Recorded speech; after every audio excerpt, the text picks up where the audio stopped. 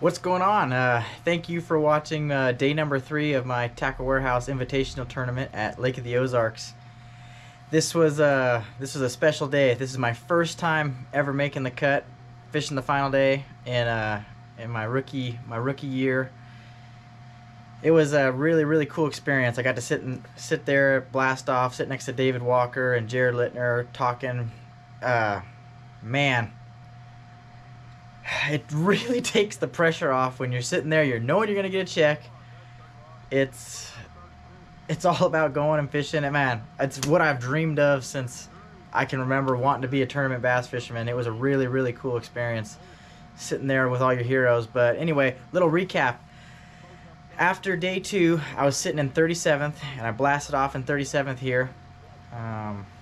I found him in this little pocket that you saw in the second video.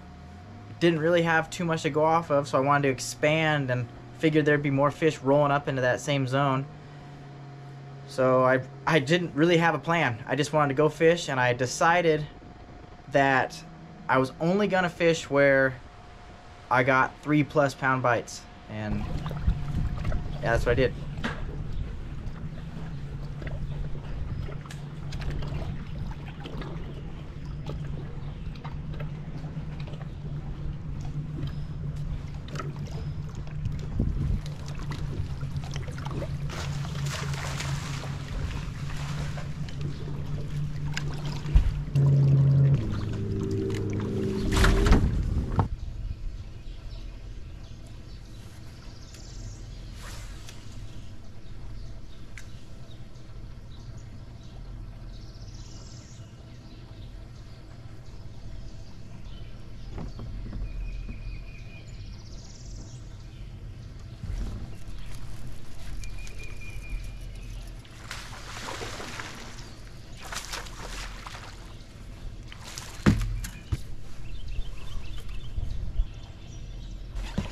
It's a 4-pounder.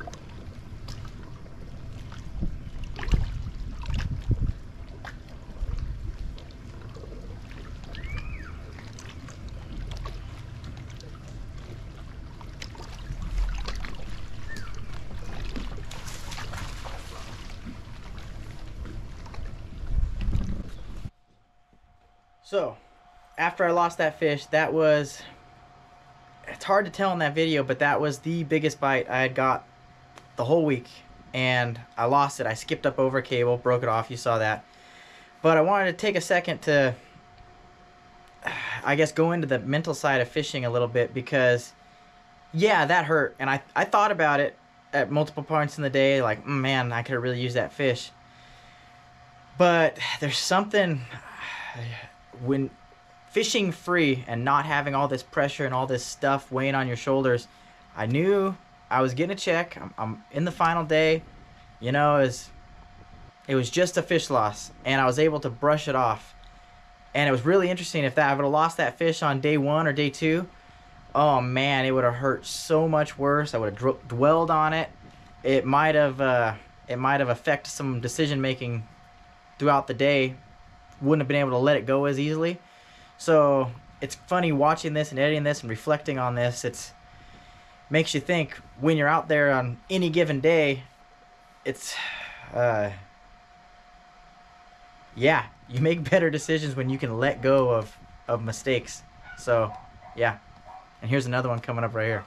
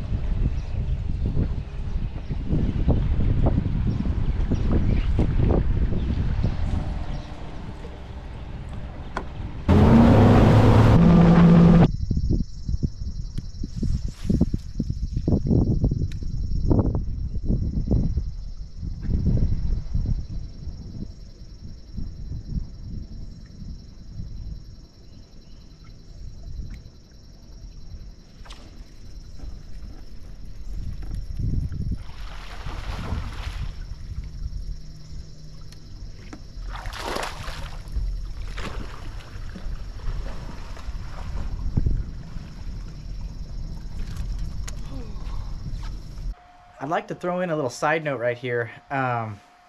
What's so crazy, to piggyback off the mental thing, this day, the final day of this tournament, was probably the most fun I've had tournament fishing, at least this year. I'd have a blast in the Toyota series. I wouldn't have all this pressure, and it's like this crazy reminder of, hey, we love this, and this is supposed to be fun. And I guess it's just human nature, but your mindset can kind of, yeah, make it not fun at all. And it's really cool to get out there and just enjoy the day.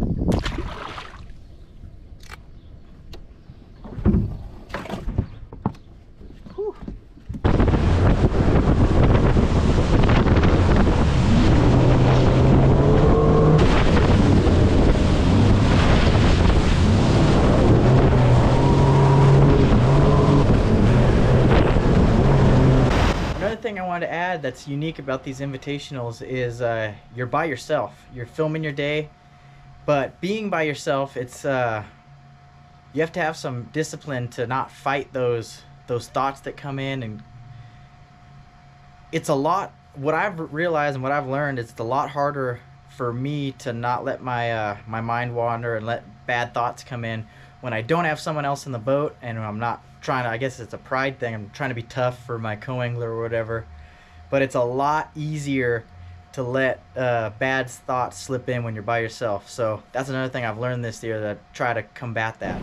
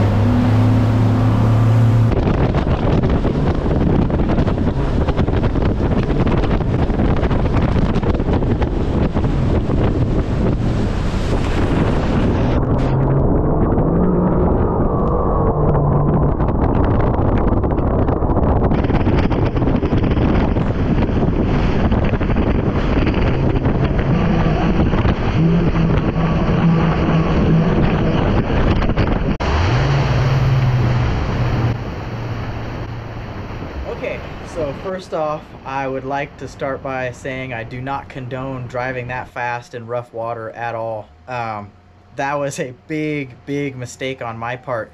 There was a poker run on this Saturday, and there were so many big boats out there, and I thought I gave myself enough time. It took me 6 minutes to get to where I started, so I figured if I gave myself 12, I'd be free and clear. But the clock was not looking good, and I made it into weigh-in with 30 seconds to spare. So I drove way too fast and some really nasty stuff.